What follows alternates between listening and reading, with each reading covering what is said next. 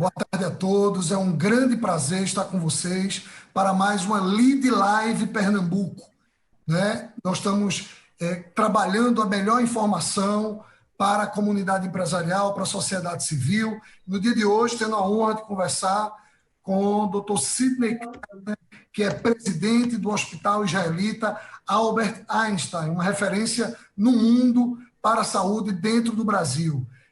Eu queria passar a palavra para o presidente da MV, Paulo Magnus, que é nosso conselheiro de gestão também, doutor Sidney. Paulo, a palavra é sua.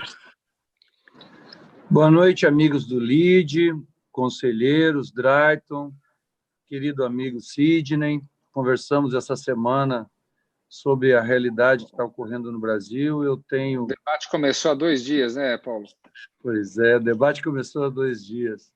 Tomando meu chimarrão aqui, ouvindo você falar, a gente percebe umas diferenças de realidades tão grandes que eu tenho dedicado todo o meu tempo nesses últimos 30 dias, os primeiros 15, que eu estava em quarentena, estudando muito tudo o que está acontecendo, porque me apavora muito esse número de mortes que tem acontecido no Brasil inteiro, e, de alguma forma, a gente acha que tem um pouquinho de algumas ações que poderiam ser feitas, que poderiam minorar isso.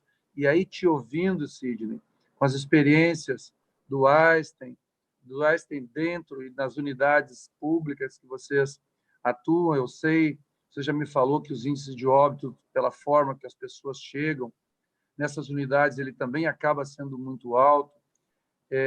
Eu tenho uma cruzada aí para tentar buscar um pouco de olhar no protocolo de como está sendo entubado essas pessoas, e é muito bom poder ouvir que vocês têm um número muito baixo de pessoas em ventilação mecânica comparado com o quantitativo de pessoas que estão sendo atendidas.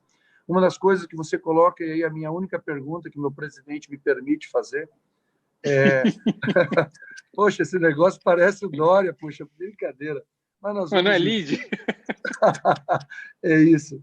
A minha pergunta é o seguinte: comparando tudo que vocês têm feito dentro e fora, a falta de acesso que a gente tem, porque muitas vezes as pessoas no Brasil inteiro, na rede pública, são entubadas, ficam 2 ou 3 dias, são entubadas, às vezes, dentro de uma enfermaria, sem um mínimo de condições para poder ter uma segurança daquela intubação e não proliferar mais ainda o vírus.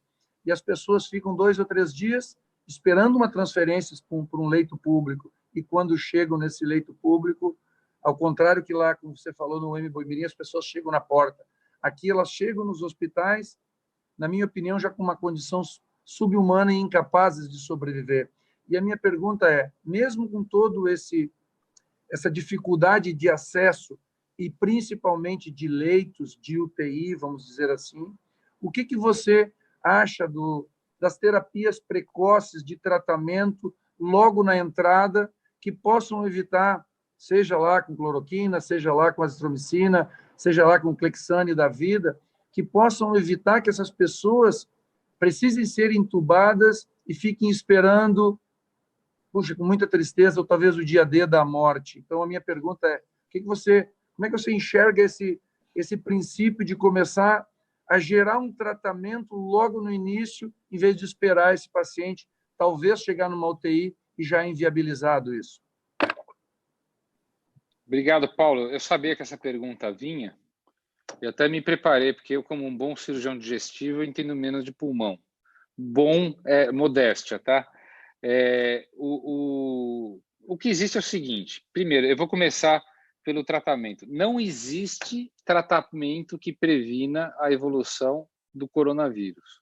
Não existe tratamento que o paciente pode usar, não existe evidência científica que este ou aquele melhore, vitamina C não vai evitar. O que existe hoje são modelos preditivos de inteligência artificial, seja por imagem, seja por um simples hemograma. Nós tivemos aí a feliz surpresa de publicar, inclusive, faz 2 semanas, junto com o laboratório LabDAPS da USP, nossa diretoria de Big Data, um algoritmo preditivo que, através do hemograma, nós temos 78% de acurácia para o diagnóstico de Covid. Então, nós estamos buscando fatores preditivos que permitem a gente falar que este paciente vai ter um quadro grave ou não, para que a gente prepare a internação para ele. Hoje, anticoagulante, hidroxicloroquina, tocilizumab, Fanvir, Caletra, antivirais, não existe nenhum deles que deva ser usado fora do ambiente do paciente grave e que tem o seu diagnóstico ou por uma falta de imunidade, ou por um excesso de inflamação, ou por coagulação intravascular disseminada, que não é novidade para ninguém, não veio com coronavírus, ela veio com quadros sépticos, quer dizer, já se conhece o uso de anticoagulantes para tratamento de coagulação. Informações como de autópsia, um estudo recente mostrou que 100% dos pacientes em autópsia por coronavírus tinham infecções associadas, quer dizer, o uso correto de antibióticos naquele momento grave.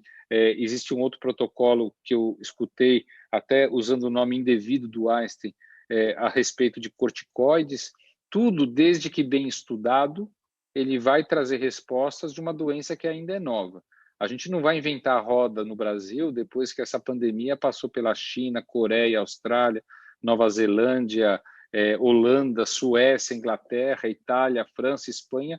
Eu não entendo como aqui nós vamos inventar a roda. Tudo está sendo tentado e estudado. Então, eu não acredito num tratamento bala de prata, isso não vai acontecer.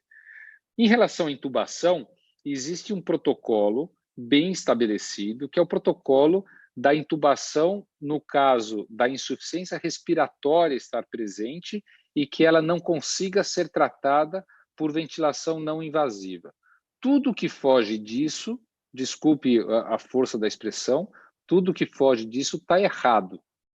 Está errado. O paciente que está numa enfermaria em insuficiência respiratória, que consiga tratar a sua insuficiência respiratória com ventilação não invasiva, seja à base de catéter, seja à base de CPAP, seja à base de BIPAP, qualquer que seja o device, ele é preferível. No início da pandemia, tinha-se um pouquinho de receio, porque isso poderia disseminar aerossóis que contaminariam a equipe. Até pode ser verdade, mas depois provou-se que uma equipe bem paramentada, com equipamento de proteção, ela está protegida quanto a isso. E o paciente não está protegido se você não utilizar ventilação não invasiva. Então, o que acontece, o que eu falei aqui, em relação ao MBOI, é que o paciente chega no MBOI encaminhado do pronto atendimento, não necessariamente do MBOI, em estado muito grave, porque procurou o serviço de saúde numas condições que a ventilação não invasiva já não era suficiente, a pressão de oxigênio na gasometria já estava muito baixa, o estado geral e a sensação da insuficiência respiratória mostrava sinais de má perfusão tecidual. Essa é a definição de insuficiência respiratória. Então, não é uma interpretação apenas de saturação de oxigênio. E isso, para você ter uma ideia, porque não depende tanto da indicação precoce ou não, a mortalidade na UTI nossa do MBOI Mirim, sendo que a equipe de atendimento é a mesma do Einstein do Morumbi, os equipamentos são os mesmos do Einstein do Morumbi, as equipes se falam por telemedicina, a mortalidade do Einstein do Morumbi é 8%, a mortalidade do MBOI é 65%, e a mortalidade de Nova York, você sabe quanto é? A mortalidade de um doente grave da UTI em Nova York é 88%. Quer dizer, como é que a gente explica isso? Não é pela intubação precoce. Eu acho, isso é uma opinião minha, que você explica isso por conta do modo que esse paciente entrou, do estado geral de que ele entrou, e também pela capacidade de ter presente toda a equipe multidisciplinar, pneumo, infecto, nefro, prisma para diálise, cuidado para você não ter infecções respiratórias associadas, quer dizer, protocolos de prevenção de infecção de catéter, que no fim das contas o que combina com a mortalidade é a complicação que é adquirida dentro da terapia intensiva. Então, o protocolo bem respeitado é aquele que permite intubar na vigência de insuficiência respiratória. Este é o protocolo, e eu dei até uma fuçada, não existe protocolos alternativos. O Paulo me desafiou na quarta-feira, com base no que a impressão de que ele tinha, e não é nem o profissional menos preparado para intubação, porque a intubação ou ela dá certo ou ela não dá certo. Não tem paciente mal intubado, né?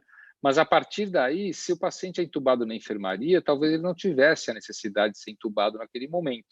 Ou talvez seja um recurso utilizado para que não precisasse se olhar tanto. E uma terceira coisa que eu queria falar é com relação a um documento que nós publicamos, ele está na revista Einstein, a revista Einstein é gratuita, acessível a todos vocês, www.einstein.br, tem um hiperlink lá dentro para a revista.